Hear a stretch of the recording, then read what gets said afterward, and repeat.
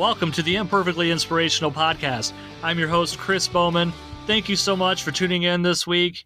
And if you haven't done so yet, go ahead and subscribe on whatever platform you're listening to us on, so this way you do not miss all the newest episodes that we have.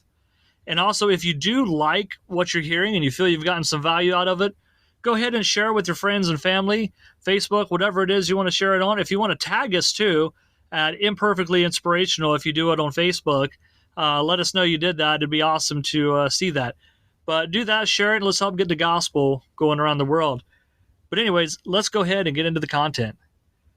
So, right now we're in July, and this time of year for so many kids, it's back to school.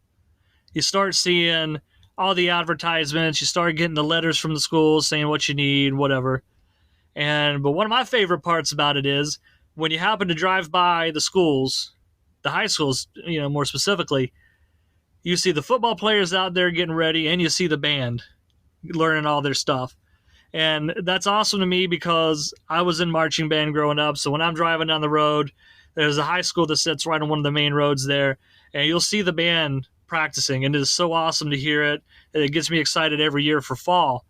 But one of the things about band was learning the basics of it, and learning the basics of the show was not super difficult. There were some things you may struggle with. It may have been harder than the other, but at the end of the day, learning it was not hard. The hardest part of it was the execution. It was on that first Friday night. You got the idea of where you need to go on the field. You got the idea of how the show music goes, and you've practiced it time and time again. But it's going out on that field and actually making it happen. Not letting anything distract you so you know where you're going. And that kind of brought me to what I want to read from this week. And once again, I like to do familiar passages.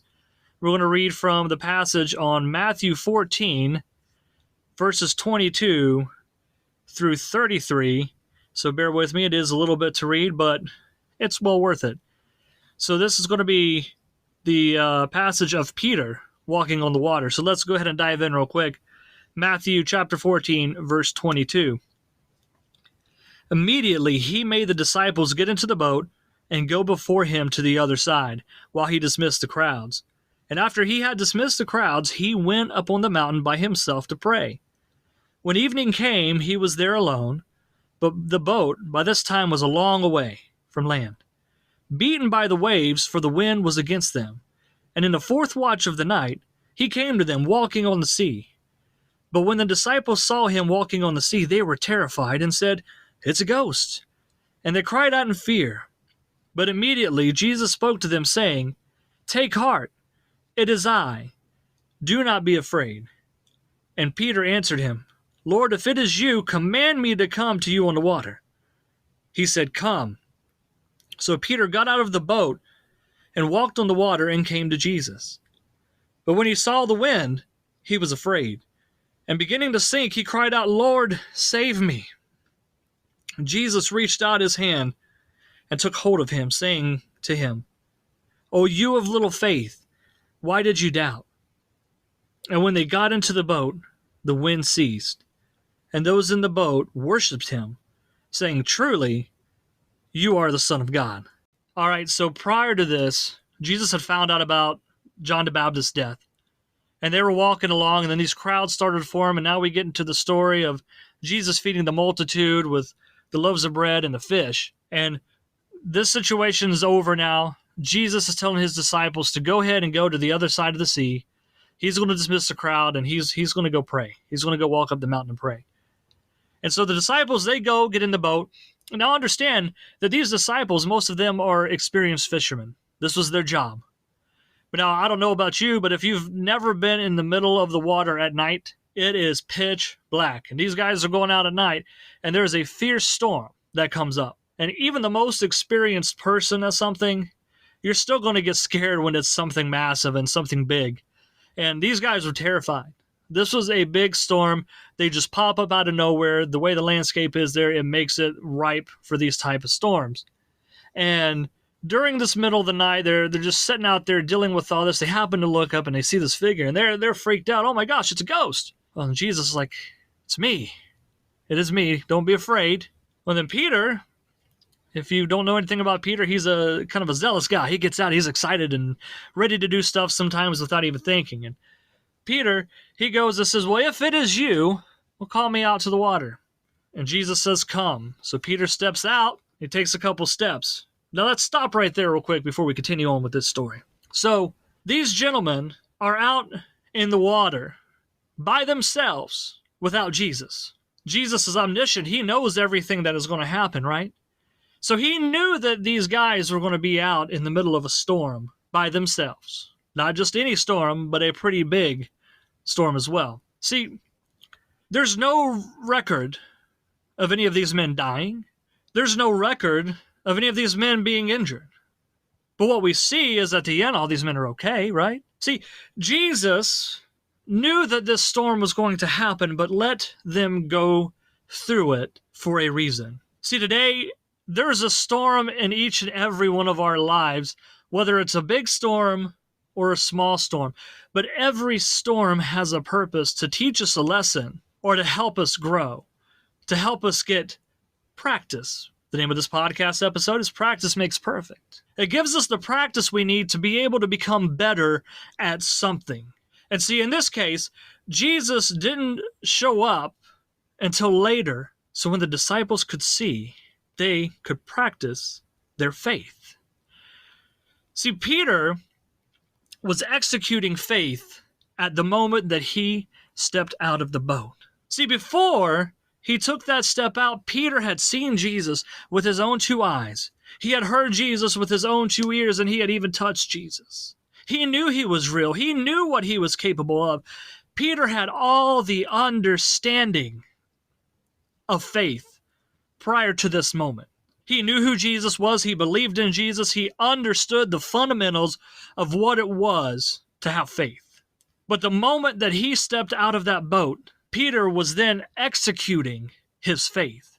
It was just like walking onto that field on a Friday night in the marching band for me. At that moment, I was executing everything that I knew the basics of, that I had the fundamental understanding of. Now, see, when I walked onto that field on a Friday night, and as every child is going to walk on to the field on a Friday night that's playing football in the band, it's a cheerleader or whatever they're doing, there is an execution that they got to take, right? But there are things that you have to cancel out when you're out there doing that. There's a loud cheer of the crowds. There's outside noise that, maybe if you are in the band, you're going to hear the cheerleaders. Maybe if you're a cheerleader, you're going to hear the band. There's things that are going to take your attention away from the thing that you are focusing on. And it is learning how to tune that out to be able to fully execute to get through. Because the minute that I step on that field, if I let the cheering crowd get to my head and confuse me, I'm not going to get to the spot that I need to get. So what happened is, Peter walks out on this water and he is executing his faith. He knows what his objective is. His objective is to get to Jesus. That is exactly what Peter's objective is at this moment. But as he goes, he is walking forward, and then it happens. The noise around him, he hears the wind. He gets his attention lost from his objective and from what his destination is supposed to be. And from that point, we know that he starts to sink. And he cries out to Jesus, "Save me!" And Jesus pulls him up and he says, "Ye of little faith."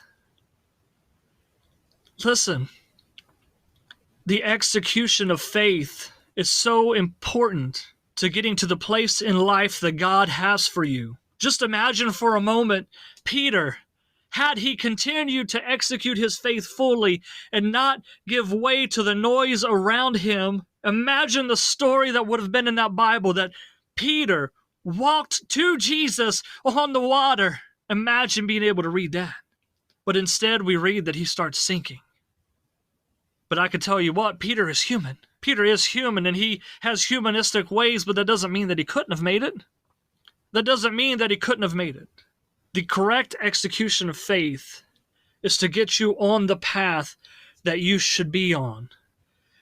And Jesus is going to put these storms in your life to give you the practice and to give you the understanding, so when it is execution time, you know where to go. But the problem is, you can know exactly where to go, But if the noise of the world, if the noise of the things around you is keeping your attention away from the prize, and Peter had the ultimate prize. Peter had Jesus right in front of him, and he still sank. If Peter is going to sink with Jesus, I know it's a hard situation to keep that faith. But we know there's several times in the Bible that Jesus even has shown he's had faith when he's talked to his disciples about, hey, this is going to happen. He had faith and knowledge and trust that his death and resurrection were going to happen, right?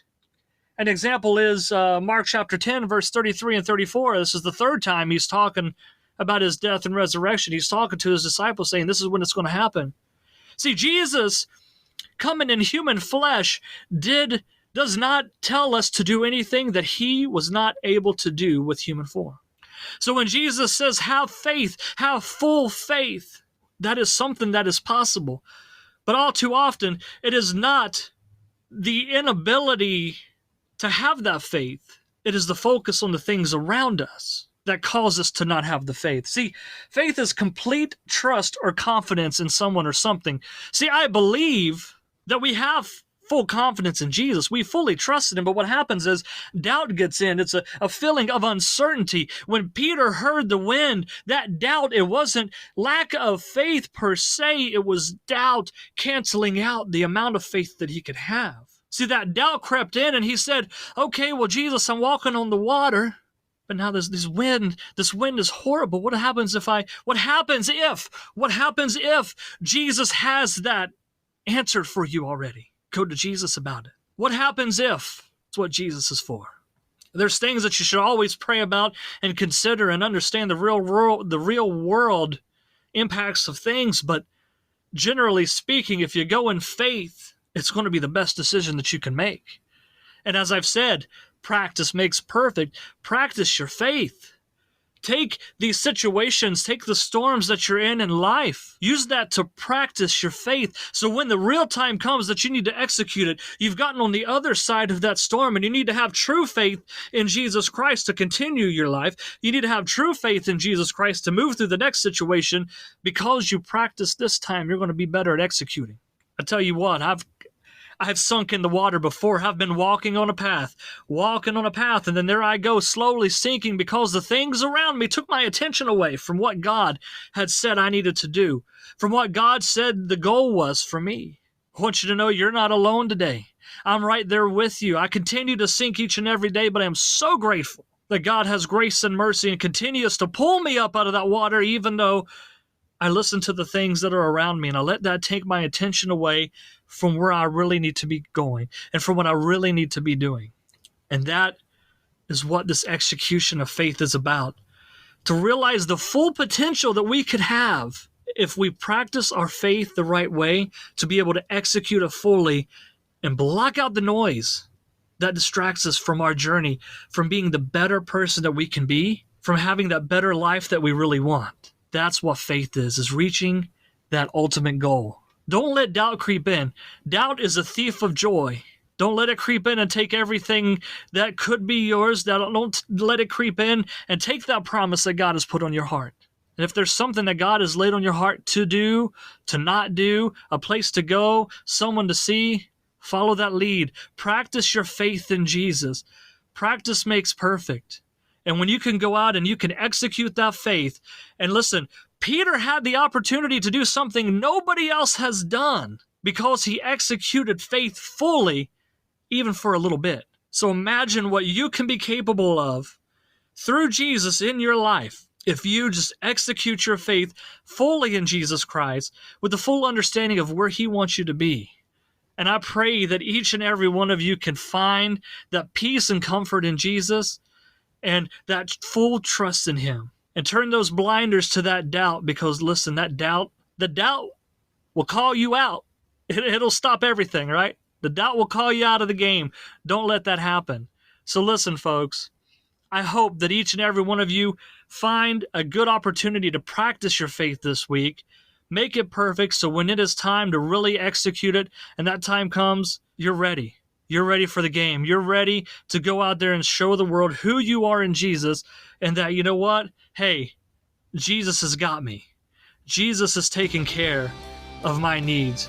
I have full and utter faith in Him. So listen, y'all have a wonderful rest of the week. You got this, and I love each and every one of y'all.